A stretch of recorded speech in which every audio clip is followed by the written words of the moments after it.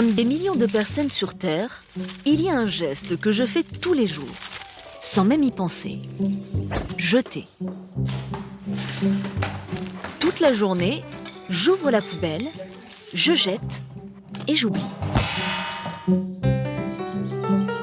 Enfant, je me rappelle, il n'y avait qu'une poubelle et on y mettait tout. À l'époque, on ne se préoccupait pas de savoir où allaient les ordures, ni de ce qu'on en faisait. On jetait. Ça finissait enterré dans une décharge ou incinéré. Mais aujourd'hui, les choses ont changé. Il y a le recyclage. Comme beaucoup de Français, devant mes 3 poubelles, je prends le temps de trier. Enfin, j'essaie. Les ordures ménagères, c'est la poubelle verte. La jaune, c'est pour les emballages. Et puis, il y a le bac du verre.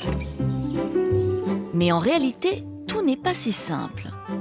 Ça peut vite devenir un véritable casse-tête. Le plastique, j'en fais quoi? Et ça, recyclable ou pas? Alors j'ai décidé d'enquêter. Je me suis rendu compte d'une chose. La France est une sacrée mauvaise élève. On ne recycle que 39% de nos déchets contre 60% pour nos voisins allemands et autrichiens. Le recyclage est un monde opaque, une filière peu contrôlée. C'est un business complexe dans lequel certains industriels s'engouffrent à la légère. Le drame, c'est que là où on devrait prendre encore plus de précautions, on en prend 1000 fois moins. Pourtant, tout part d'une bonne intention. Limiter la pollution, préserver nos ressources naturelles. L'aberration, c'est que cette filière du recyclage est parfois un désastre pour l'environnement. C'est fou tout ce qu'il y a. Du verre cassé, il reste les écrans d'ordinateur. Encore là-bas, c'est éventré. Si ça prend feu, c'est impossible à éteindre et ça peut polluer toute une région sur plusieurs dizaines de kilomètres. Pire, des ratés du recyclage peuvent être un poison pour l'homme. On avait constamment ce goût métallique dans la bouche. Tout le temps. Mal de crâne, vertige, saignement de nez. Tout le temps fatigué. Bienvenue au Far West du recyclage.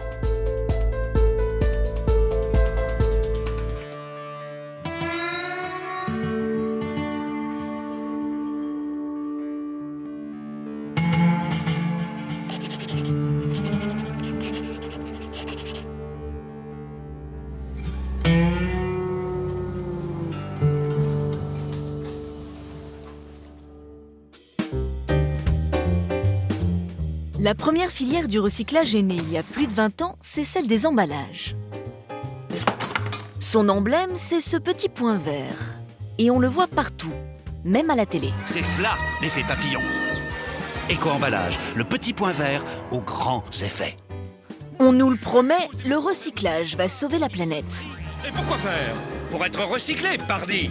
Mais en réalité, cette filière est loin d'être exemplaire. Premier problème, le point vert justement. Personne ne comprend vraiment ce qu'il veut dire. Pour vous, le point vert, ça veut dire quoi? C'est recyclable? Le point vert, c'est pour le tri sélectif, je suppose. Pensez au tri.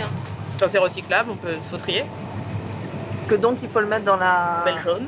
Dans la poubelle jaune. C'est ce que vous faites? Oui. Avec tous les points verts? Ah oui. Eh bien non, pas du tout.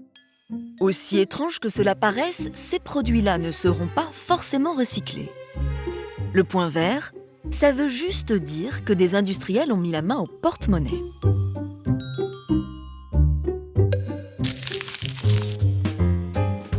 En 1991, Brice Lalonde, alors ministre de l'Environnement, lance avec une poignée de grands patrons la première filière de recyclage.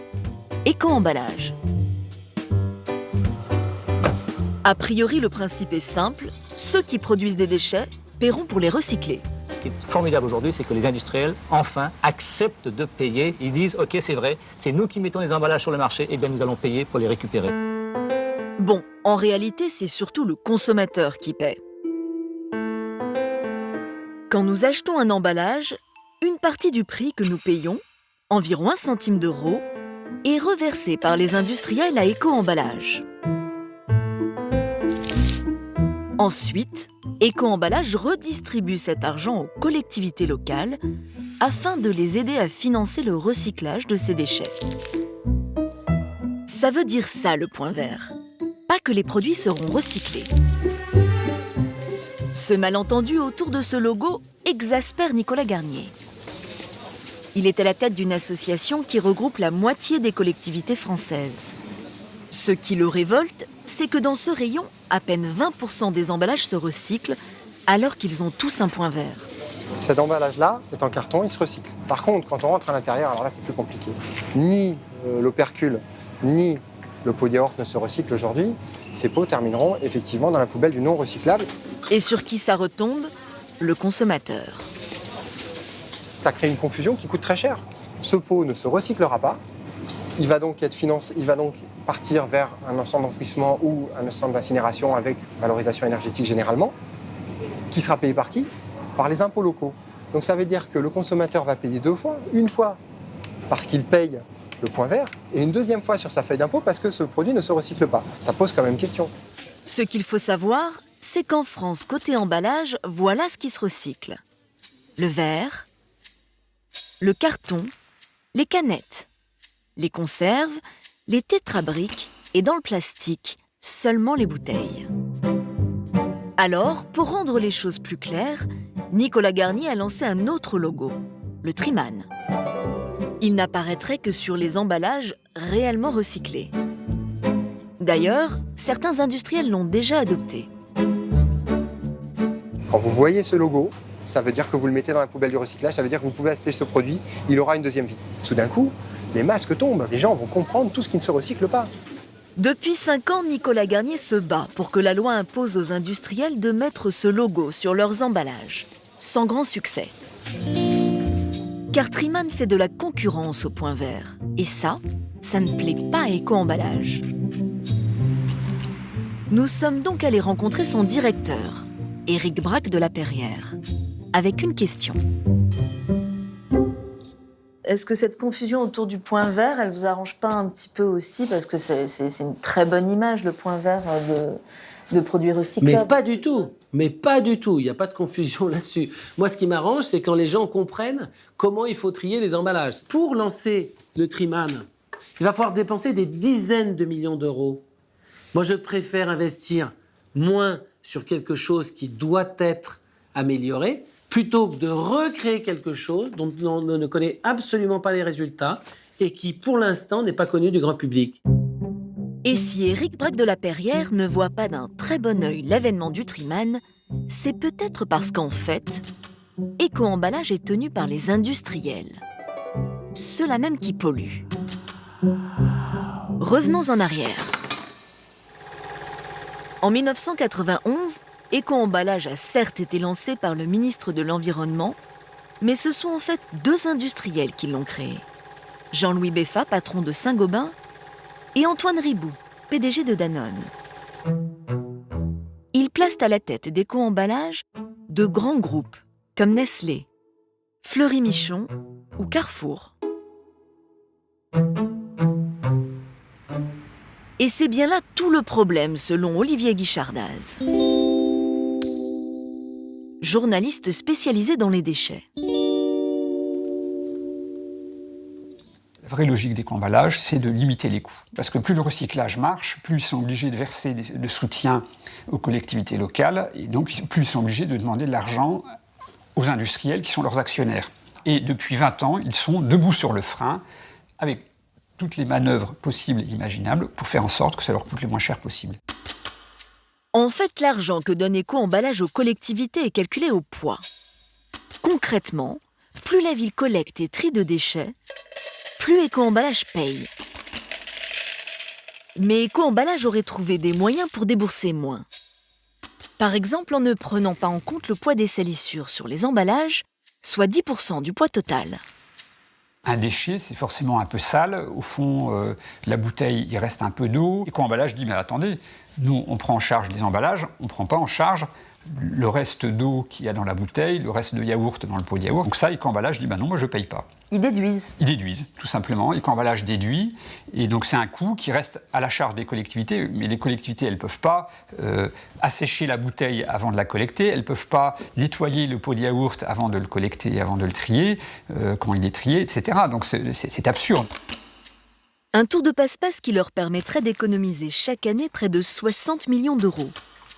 Au final, selon des associations de collectivités, Éco-emballage ne financerait que 55% des dépenses des villes pour le traitement des emballages, au lieu des 80% prévus. Et cet argent non redistribué, c'est une jolie cagnotte qu'Éco-emballage peut faire fructifier. En 2008, l'État découvre que l'organisme a placé 60 millions d'euros sur des fonds à risque aux îles Caïmans. Un placement qui scandalise le ministre de l'écologie de l'époque, Jean-Louis Borloo. Je n'accepte pas que 60 millions d'euros destinés aux collectivités locales soient placés dans un paradis fiscal. Voilà. Ce qui me scandalise dans cette affaire-là, c'est que Éco-emballage s'est permis de placer cet argent, que moi j'appelle de l'argent assimilé public, sur des placements très risqués, et on a perdu une partie. Or cet argent, peu ou prou, il est quand même payé par les consommateurs. Donc nous autres consommateurs, nous avons été floués de 30 millions d'euros. À l'époque, la direction d'Éco-emballage a été limogée. Une enquête judiciaire est en cours depuis 2011 pour détournement de fonds. Un coup dur pour cette entreprise qui se voulait un modèle en matière de recyclage. En France, tous les emballages censés être recyclés sont jetés dans la poubelle jaune. Le problème, c'est que souvent, nous trions mal. Et ça a des conséquences sur l'ensemble de la filière. Suivons cette poubelle pour voir.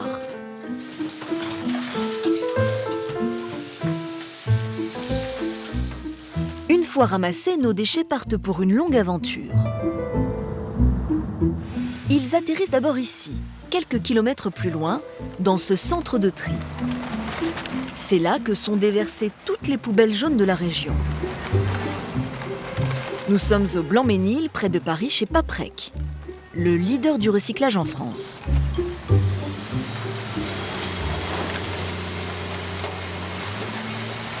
Émilie Lacroix est la directrice du site.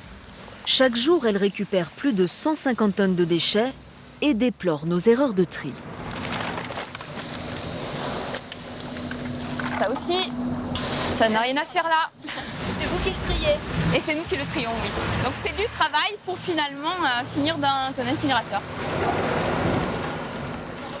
20% de ces déchets ne pourront pas être recyclés. Cette bouteille de jus d'orange, par exemple, aurait dû être vidée. Elle est encore à moitié pleine. Elle risque de s'éclater sur le tapis. Le jus de fruits va se répandre sur les papiers, sur les cartons.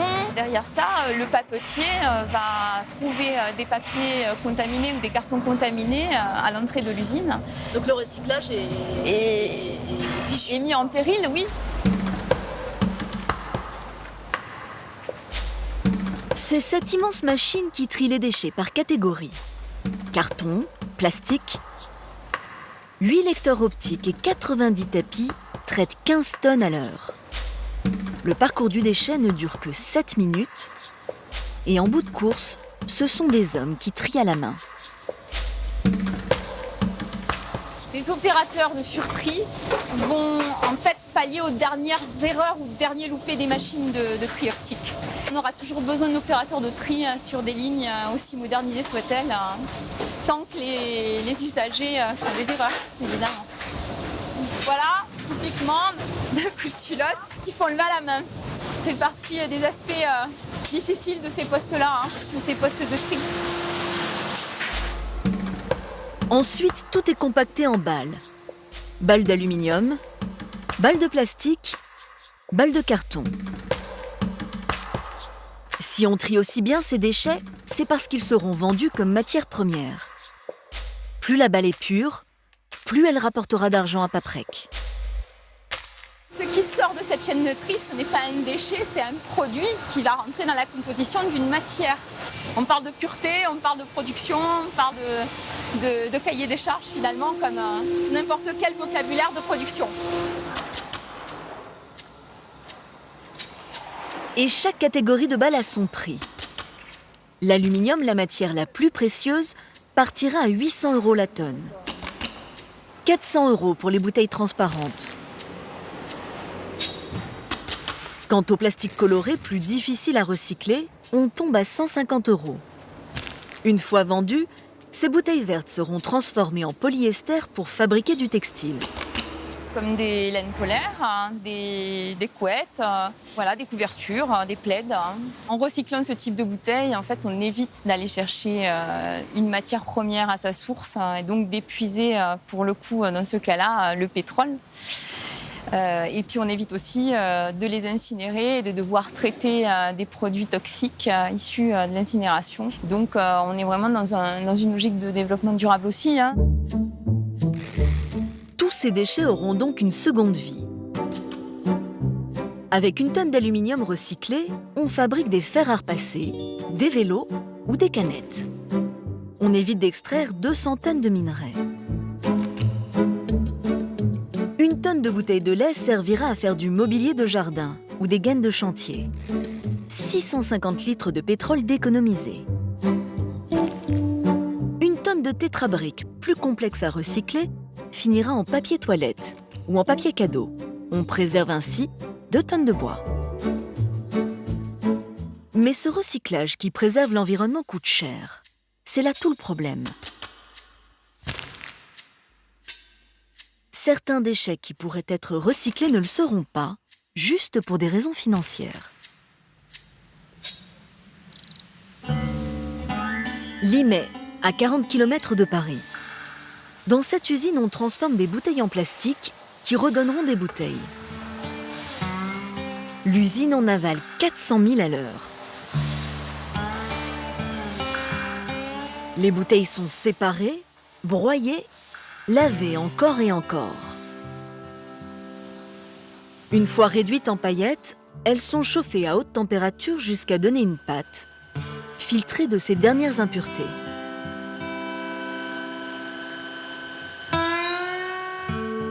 Au bout du processus, c'est granulés de plastique prêts à être vendus.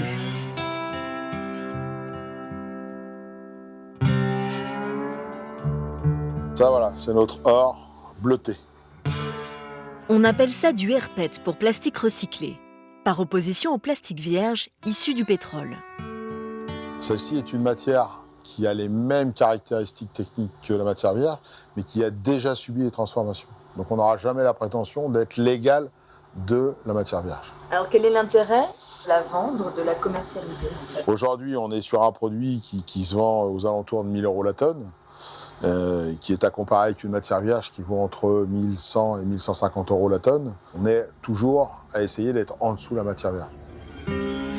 L'intérêt est financier. La filière du recyclage doit être compétitive. Sébastien Petit-Huguenin est le directeur général adjoint de Paprec. Il garde les yeux rivés sur le cours du pétrole, car s'il veut vendre son plastique recyclé, il faut qu'il soit le moins cher. Un industriel, il peut choisir où j'achète du recyclé, où j'achète de la matière vierge, et à tout moment, il va arbitrer entre les deux pour avoir finalement le meilleur prix. Et donc, ce qui se passe, c'est que quand le pétrole monte, ça monte. Et du coup, nous, nos matières, elles montent aussi. À l'inverse, quand le pétrole baisse, ils vont se remettre à acheter de la matière vierge. C'est pas moral, mais en même temps, c'est le signe aussi qu'on est dans une industrie qui est pérenne. Puisque les gens ne se mettent pas à acheter du recyclé parce qu'ils ont l'envie de faire le bien dans le monde, ils l'achètent parce qu'ils font des économies en achetant du recyclé. L'usine de Limay produit ainsi 30 000 tonnes par an de ces granulés de plastique. Ses plus gros clients, Evian et Volvic. Ces bouteilles entièrement recyclées, c'est une exception. En France, la plupart des emballages en plastique ne le sont pas, car ce n'est pas rentable de le faire. Il n'y a presque aucun produit qui n'est pas recyclable théoriquement. En laboratoire, on recycle à peu près tout. Mais par contre, à un coût économique supportable, normal, malheureusement, là, ça s'inverse. C'est-à-dire qu'il y a finalement assez peu de produits qui sont bien recyclables. Là, on est sur un produit qui est extrêmement léger, d'accord ? Ça nous coûterait trop cher de la recycler. Ou en tout cas, une fois qu'on l'aurait recyclée, personne ne serait prêt à payer le prix de la matière polystyrène qui sortirait de notre recyclage. Parce que ça coûterait trop cher par rapport aux alternatives de polystyrène qui vient du pétrole. Trop cher aussi de séparer des matières mélangées. Le souci, c'est qu'il n'existe pas juste un plastique, mais des centaines. Cette barquette de jambon, par exemple, est composée de 4 couches de plastique différents.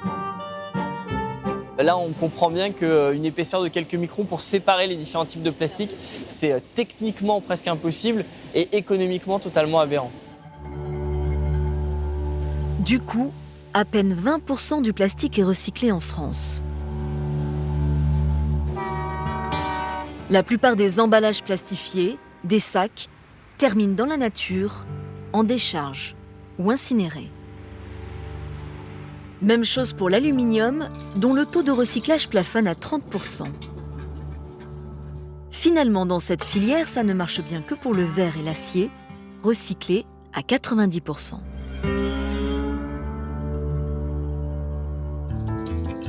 Dans le monde du recyclage, le défi aujourd'hui, c'est les D3E, les déchets d'équipements électriques et électroniques. Ils envahissent notre quotidien. Mais à la différence des emballages, ils sont bourrés de produits toxiques. Ils ne doivent absolument pas se retrouver dans la nature. Alors comment les faire disparaître ? Un samedi soir au cœur de Paris, un étrange manège a lieu devant une grande salle de concert. Des gens font la queue, jusque-là rien d'étonnant. Sauf que ce soir, ces jeunes Parisiens sont tous venus avec de vieux appareils. Une cafetière, super. Vous avez vos places du coup ? Ouais, ok. 2 baladeurs et une lampe. D'accord. C'est une opération de sensibilisation, la Recycling Party. Pour chaque objet rapporté, une place de concert offerte. Un moyen comme un autre pour faire progresser la collecte de ces déchets. C'est quoi ? Récepteur TNT. On a reporté 2 PC portables et un clavier, c'est ça ? Clavier, ouais. Voilà. Et normalement, vous en faites quoi de ces déchets-là ? Là, ils sont à la maison depuis des années, donc du coup, c'est l'occasion pour... Ils sont à moi, je suis un peu geek, donc... Ça vous arrive de jeter ce genre de déchets dans la poubelle, sinon On est obligé de le dire. Oui, c'est arrivé, ouais. Parce que vous êtes mal informés ou... Voilà, c'est ça. Exactement, on ne sait pas où les déposer. Voilà. On les met dans les ordures ménagères. En fait, tous ces déchets doivent normalement être rapportés en déchetterie ou sur des points de collecte en magasin. Mais en France, 1/3 seulement finit dans la filière de recyclage. Il y a encore du travail en termes d'information, étant donné qu'on sait qu'en moyenne, une personne a à peu près 20 kg de déchets d'équipements électriques et électroniques chez soi, et que la filière des 3E en collecte à peu près 7 kg. Ah. Donc, il y a quelque chose à faire. Il y a un problème. Un problème qui prend une ampleur inquiétante, car ces déchets, on en produit et on en jette de plus en plus. En France, 60 kilos de vieux appareils partent à la poubelle chaque seconde. 2 millions de tonnes par an. Depuis 10 ans, une filière est censée s'en occuper. 2500 centres de démantèlement comme celui-ci ont vu le jour, car dans ces déchets se trouve une richesse insoupçonnée. Nos appareils électroniques regorgent de matériaux précieux. De nos vieilles télés, on récupère le cuivre. De nos frigos, de l'aluminium et de l'acier. Nos poubelles sont en réalité une mine dans laquelle on peut aller puiser à l'infini argent, nickel et même de l'or. Autant de matières premières que nous n'irons pas chercher dans le sol.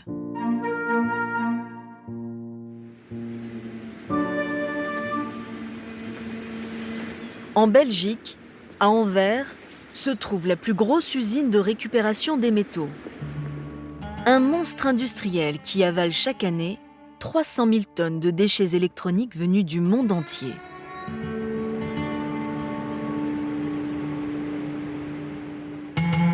Il y a encore 5 ans, Umicore était dans l'exploitation minière, une activité qu'ils ont abandonnée pour se consacrer à nos poubelles, plus rentables. Et en particulier aux cartes mères de nos vieux ordinateurs. C'est quoi tout ça? Alors, ce qu'on voit ici, c'est une carte mère. Et une carte mère contient typiquement à peu près 20 fois, 30 fois le teneur d'or comparé avec des minerais. Ici, par exemple, il y a de l'or, mais aussi également dans les contacts qu'on voit ici. Partout, en fait, l'or est dispersé, on peut dire, sur les cartes électroniques. Dans une tonne de ces déchets, on extrait 300 grammes d'or, alors qu'une tonne de minerai n'en rapporte que 5 grammes. L'usine récupère aussi du cuivre, de l'argent, du palladium, même dans des résidus de broyage comme ici. C'est dans cette salle ultra sécurisée, derrière cette vitre, que sont fondus chaque jour à très haute température plus de 1000 tonnes de déchets électroniques. Dans cette matière en fusion se trouvent les métaux précieux. L'usine produit ainsi 100 tonnes d'or par an.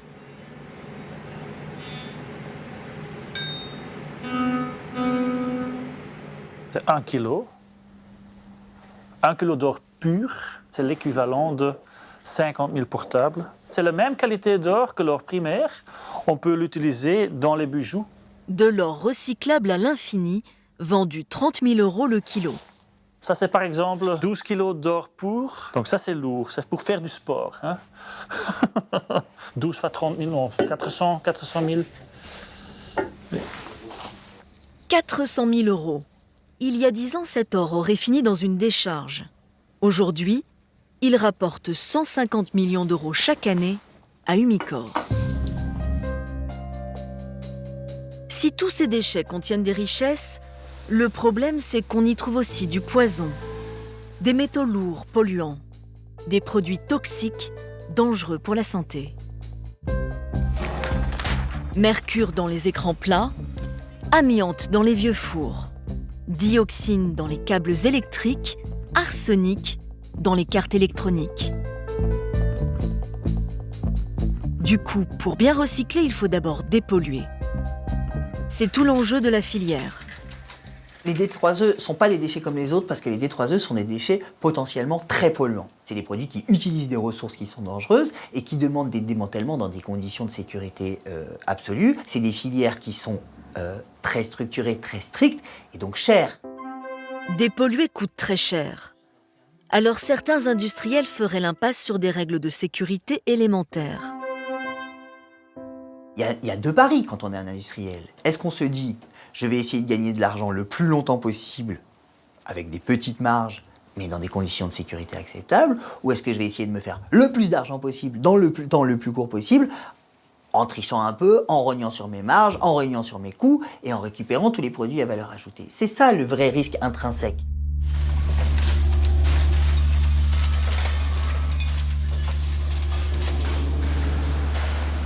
Il existe un secteur où les dérives sont flagrantes, celui du recyclage des tubes cathodiques. Cette filière est née il y a quelques années quand on a commencé à jeter nos vieux postes de télé, détrônés par les écrans plats. Un déchet dangereux qui doit être recyclé dans des conditions strictes. Car le tube cathodique est constitué de verre contenant du plomb et du barium, deux métaux lourds extrêmement nocifs pour la santé. À l'intérieur se trouve une poudre luminescente encore plus toxique. Le recyclage de ces tubes cathodiques attire un certain nombre d'entreprises sans expérience dans le domaine.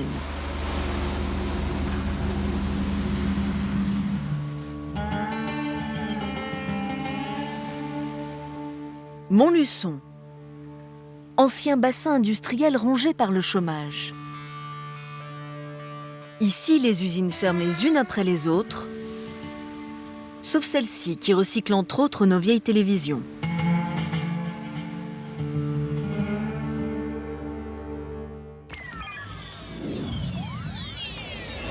Environnement Recycling se présente comme l'entreprise idéale. Dans son film institutionnel, on découvre une société à la pointe de la technologie. 38 000 tonnes de D3E recyclées chaque année. Ici, tout est propre. Tout semble être fait selon les règles de l'art. Marc a travaillé dans cette usine pendant 2 ans. Selon lui, sa santé a été mise en danger. Aujourd'hui au chômage, il témoigne à visage caché, par peur de ne pas retrouver d'emploi dans la région. Il veut nous montrer les images des conditions de travail qu'il endurait à l'époque en 2013. Il était à l'atelier de broyage des tubes cathodiques. Voilà, comme vous pouvez voir sur la vidéo, ça c'était monnaie courante tous les jours. C'est que de la poussière là, comme vous pouvez voir. Comme de la farine par terre. Vous voyez, il est arrivé des fois, on ne se voyait pas 2 mètres. C'est-à-dire, je mettais ma main et on ne me voyait pas. Cette poudre épaisse, c'est la poussière de verre issue du broyage des tubes cathodiques, chargée en plomb et en barium, ces 2 métaux lourds toxiques. Mais à l'époque, Marc ne s'en rendait pas compte. On ne sait pas avec quoi on travaille, on ne sait pas ce qu'il y a dedans, puisqu'on n'est pas informé. On prend son poste et on suit les autres, on suit le mouvement, quoi. Ça me fait même bizarre de voir ces vidéos, c'est impressionnant. À l'époque, la poudre de verre censée être confinée s'échappe du broyeur. Le système d'aération est défaillant. Rapidement, les salariés ressentent des symptômes inquiétants.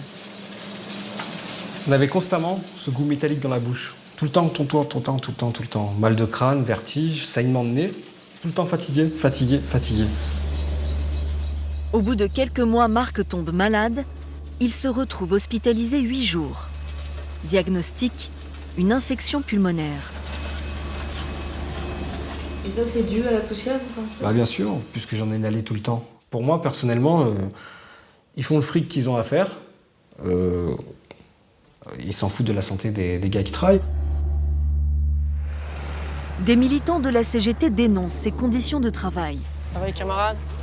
Il y a du monde, c'est bien. Ce jour-là, ils tractent devant l'usine. Bonjour, prenez le temps de lire ce qu'on écrit, vous verrez que contrairement à ce qui peut être dit, on n'est pas là pour mettre en danger vos emplois, mais préserver votre santé.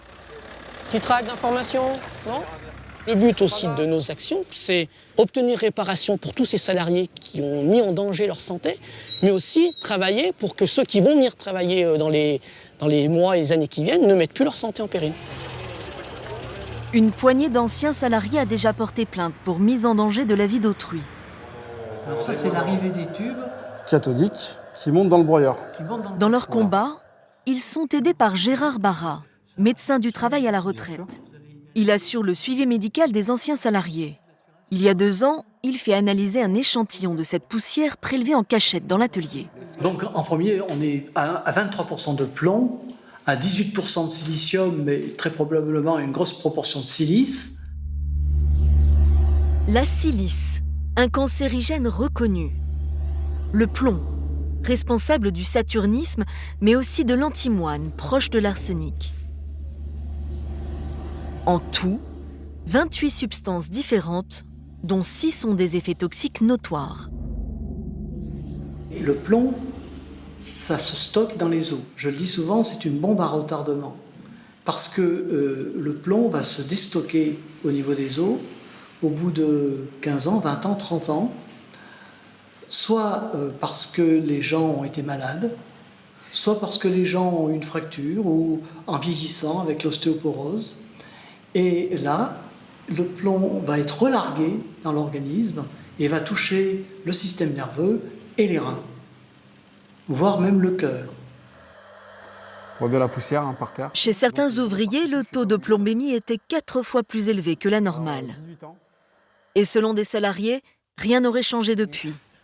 Ce jour-là, les militants de la CGT reçoivent des travailleurs de l'usine.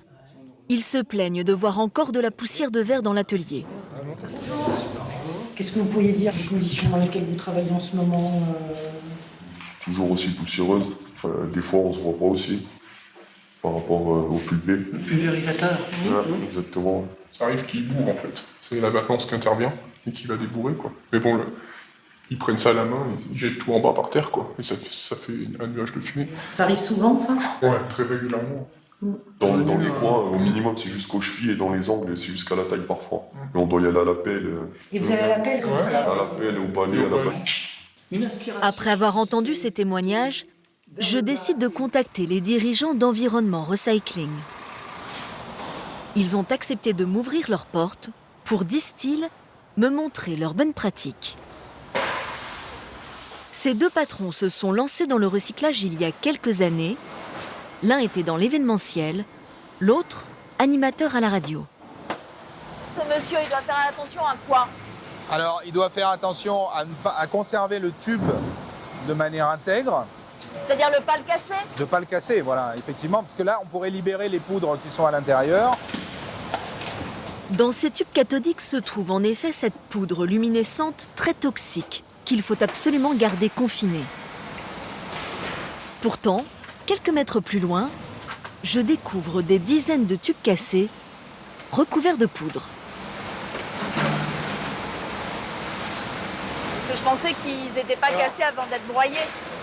Ce qui se passe, c'est que il arrive de déchetteries déjà cassées. Mais là, la poudre, elle est encore là.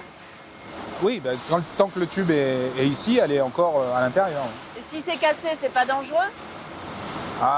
Effectivement, oui, ça peut avoir une dangerosité. C'est sensible, effectivement. C'est pour ça que les opérateurs sont équipés de masques pour les protéger.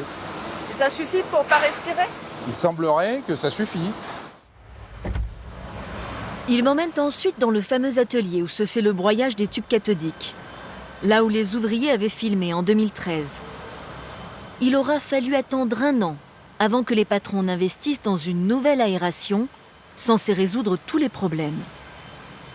Ce jour-là, effectivement, pas de poussière, pas de brouillard, et pour cause. Donc la machine est à l'arrêt parce que c'est la pause du poste, voilà. Mais pour vous dire, aujourd'hui, on a traité à peu près 50 tonnes depuis ce matin de tubes cathodiques. Vous voyez l'ambiance de la pièce, quoi. Quand est-ce qu'elle reprend la machine, qu'on voit un peu comment ça se passe? Bah, normalement à la fin de la pause, à moins qu'il y ait un problème technique. Ah bah il y a peut-être un problème technique alors. On va se renseigner. Aujourd'hui, la machine est en panne. Je ne verrai pas le broyeur en action. Je décide alors de montrer au patron les images filmées en 2013 par les salariés. Bon là vous êtes d'accord quand même que cette poussière qui sort, c'est quand même inquiétant. Après je pense que c'est des images effectivement qui peuvent être choquantes, on va dire, quand elles sont sorties de leur contexte. Parce que là on est vraiment sur un défaut machine, quoi. Les deux patrons avouent effectivement qu'il y a eu un problème. Pour eux, c'est dû à une installation défectueuse. L'activité a démarré de manière industrielle en début avril 2012. Avec une aspiration collective. Avec une aspiration collective qui a été vendue par le fabricant de la machine et qui s'est avérée légère, on va dire. Pas efficace. Pas efficace, oui, non mais... Vous le reconnaissez? Ah oui, ben on le reconnaît tout à fait. Mais seulement, il fallait démarrer le traitement pour s'en apercevoir. Comment est-ce qu'on peut aujourd'hui commencer une activité industrielle sans que tout soit contrôlé, autorisé et vérifié au préalable? Parce que vous le dites vous-même, on commence une activité industrielle qui n'existait pas, qui n'avait pas de précédent. Donc finalement, vous, comme les salariés, vous avez un peu essuyé les plâtres? Effectivement, on essuie les plâtres, oui. Une filière neuve, des industriels mal préparés et finalement des ouvriers qui trinquent. Depuis que la CGT a déposé plainte, une enquête est en cours. Les patrons d'Environnement Recycling, eux, ont attaqué les syndicalistes pour diffamation. Annie Thébomoni, chercheuse en santé publique, soutient le combat des travailleurs de Montluçon, contaminés au plomb. Il y a 30 ans, elle était une des premières à alerter sur l'amiante. Elle voit dans la filière du recyclage le prochain scandale sanitaire. La problématique du plomb est identique avec l'amiante. Mais c'est la même chose. Du point de vue de la toxicité, il n'y a pas de doute qu'on est en présence d'un toxique majeur et pour lequel les précautions devraient être absolues. Selon elle, le grand problème, c'est que tous ces vieux appareils qui contiennent des polluants différents sont broyés et mélangés au moment du recyclage, ce qui potentialise les risques d'intoxication. Tous ces risques se retrouvent dans la filière déchets et se retrouvent à des niveaux de concentration pour les salariés qui sont sans commune mesure avec ce qui est toléré dans chacune des filières de production séparément. Et du coup, le drame, c'est que là où on devrait prendre encore plus de précautions, on en prend 1000 fois moins. Cette filière du recyclage peut être dangereuse pour les salariés, mais aussi pour l'environnement. C'est là toute l'absurdité. Recycler peut conduire à polluer la nature, alors que c'est censé être un geste écologique.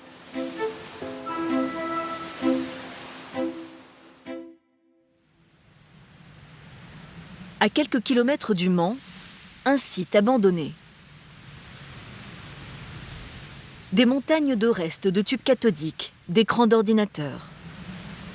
Cette usine a fermé en mars 2014, laissant derrière elle 24 000 tonnes de verre, l'équivalent d'1 an de production.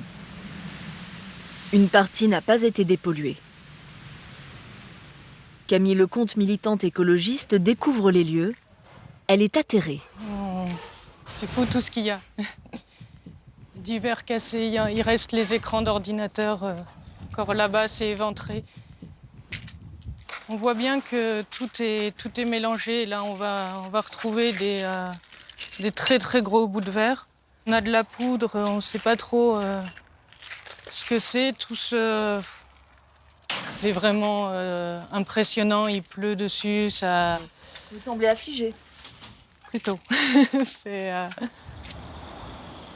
Cette entreprise MBM a fermé ses portes quand la préfecture a découvert qu'elle broyait des écrans non dépollués à même le sol, avec une pelleteuse. Pour Camille, la société a été confrontée à une arrivée massive d'écrans et n'a plus réussi à vendre le verre broyé. Avant, nos tubes cathodiques, ils étaient recyclés et la matière servait à refaire des tubes cathodiques. Et comme nos télés ont changé de technologie, maintenant on est passé aux écrans plats, on n'a plus besoin de cette matière et il n'y a aucune industrie qui a été tentée de réintégrer ces matières. Alors, les tonnes de verre s'entassent, l'entreprise travaille à perte et décide d'arrêter de dépolluer.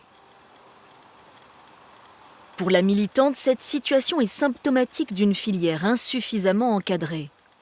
Ce qui s'est passé là pourrait se passer demain pour d'autres déchets dangereux.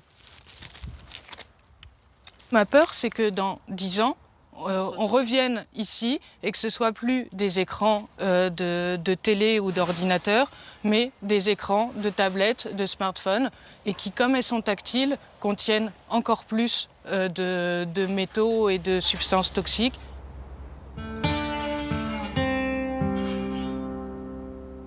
Une analyse sur une possible pollution des sols est en cours.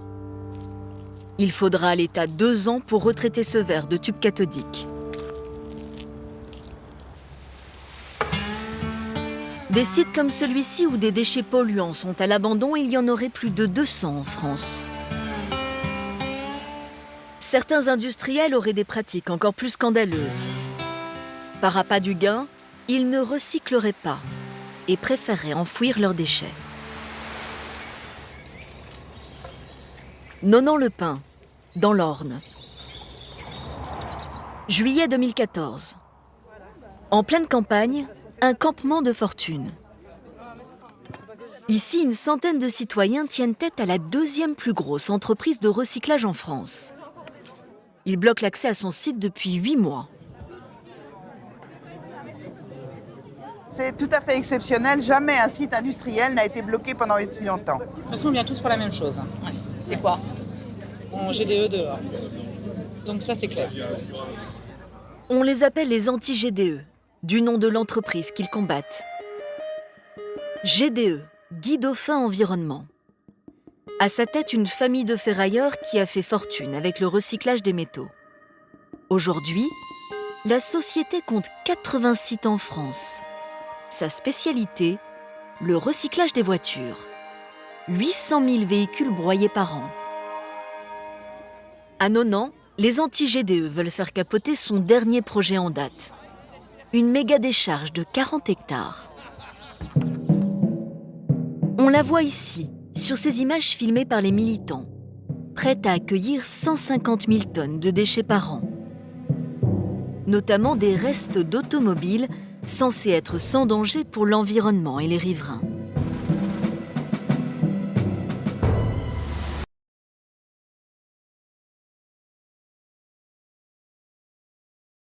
Camion qui déverse les déchets, 1400 tonnes en 48 heures.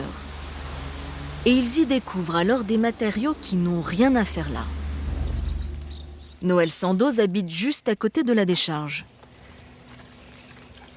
Quand vous vous approchiez de ce tas de déchets, il était pratiquement recouvert de pneumatiques. C'est ça qui nous a interpellés en premier. On a trouvé du matériel électrique qui n'aurait pas dû y être, puisque GDE nous a bien dit que c'était des rebuts de broyage automobile. Donc visiblement, ça nous a tout de suite prouvé qu'ils passaient les voitures en entier dans les broyeurs et qu'ils nous amenaient les déchets de broyage sans les retrier. Or, recycler une voiture, c'est d'abord la dépolluer. Et ça, c'est coûteux. Il faut retirer les pneus, vidanger les huiles et carburants très polluants, ôter le moteur et la batterie qui contient du plomb. La carcasse vide est alors broyée, le métal trié, recyclé. Au final, il ne devrait rester que ces débris, inoffensifs. Mais à Nonant, dans ces rebuts de broyage automobile, les militants découvrent des pneus. Si ça prend feu, c'est impossible à éteindre et ça peut polluer toute une région sur plusieurs dizaines de kilomètres. Il y aura des fumées toxiques qui transporteront des gaz toxiques, des métaux lourds, et c'est ça qu'on veut nous mettre ici chez nous. C'est pas possible. C'est pour cela que Noël et les autres ont commencé le blocus. Et avec ces photos, les militants ont attaqué GDE au tribunal pour demander la fermeture du site. Maître Alexandre Farot est l'avocat des anti-GDE. Pour lui, ce qui est anormal, c'est que cette entreprise contrôle toute la chaîne de recyclage des voitures. Dépollution, broyage et enfouissement. On ne voulait pas que la même société s'occupe de dépolluer et d'enfouir. Parce que celui qui enfouit, et c'est prévu par la loi, il est censé exercer un contrôle sur les matières qu'il reçoit. Et si les matières qu'il reçoit sont illégales, il est censé les renvoyer en fait à l'expéditeur. Mais là, comme c'est la même société, vous imaginez bien, ils ne le feront pas. Ça, c'est la tendance de ces grandes entreprises, c'est Oui. de maîtriser la filière de A à Z. Oui, absolument. Et ça, c'est... Ça, c'est pas ça. Ça, c'est pas ça. Le pire, c'est que GDE n'en est pas à son coup d'essai. L'entreprise aurait déjà enfoui des déchets pollués par mesure d'économie. La plus grande décharge sauvage de déchets de résidus automobiles jamais découverte. Novembre 2008, des défenseurs de l'environnement révèlent l'enfouissement de près de 40 000 tonnes de résidus de broyage. Ce sont des têtes de cabochon de batteries. Ça veut dire qu'ils ont broyé les batteries en l'état à l'époque.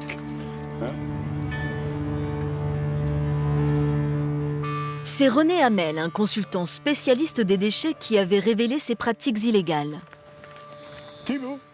Nous retournons avec lui sur ce site, dans le Calvados. On va voir le site de là-haut. C'est tout ça, le site de stockage de déchets, oui. Jusqu'aux arbres là-bas. Ah, donc ça comblait... Ça comblait tout ça, oui.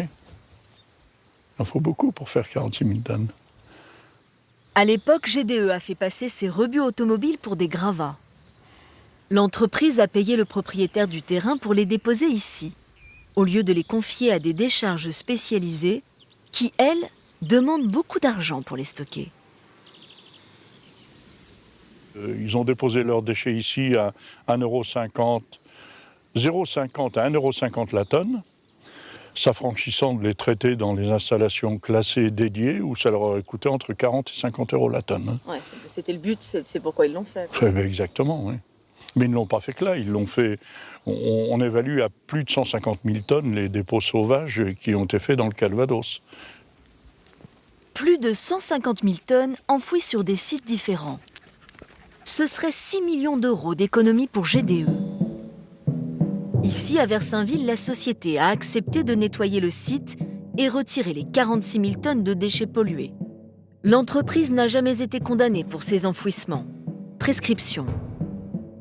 J'ai contacté les dirigeants de GDE.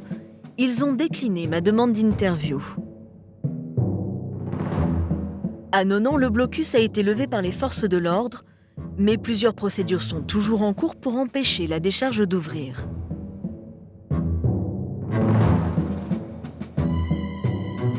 Les pouvoirs publics semblent peu regardants sur ces filières de recyclage.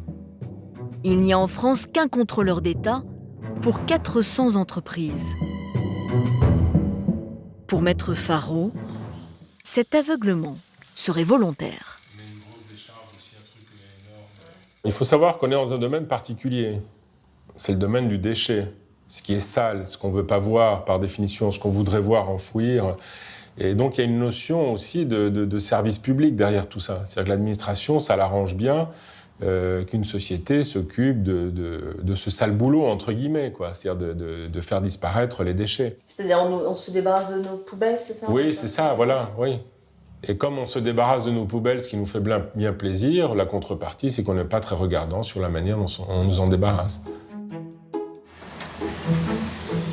Chaque seconde, on jette en France 28 tonnes d'ordures. Je réalise au terme de mon enquête que le recyclage ne pourra jamais absorber ce raz-de-marée. Je me pose alors une question. Ne faut-il pas revenir à la source ? Réduire les emballages, les réutiliser, faire réparer nos appareils électroménagers pour lutter contre l'obsolescence. Bref, avant de faire ce geste, réfléchissez.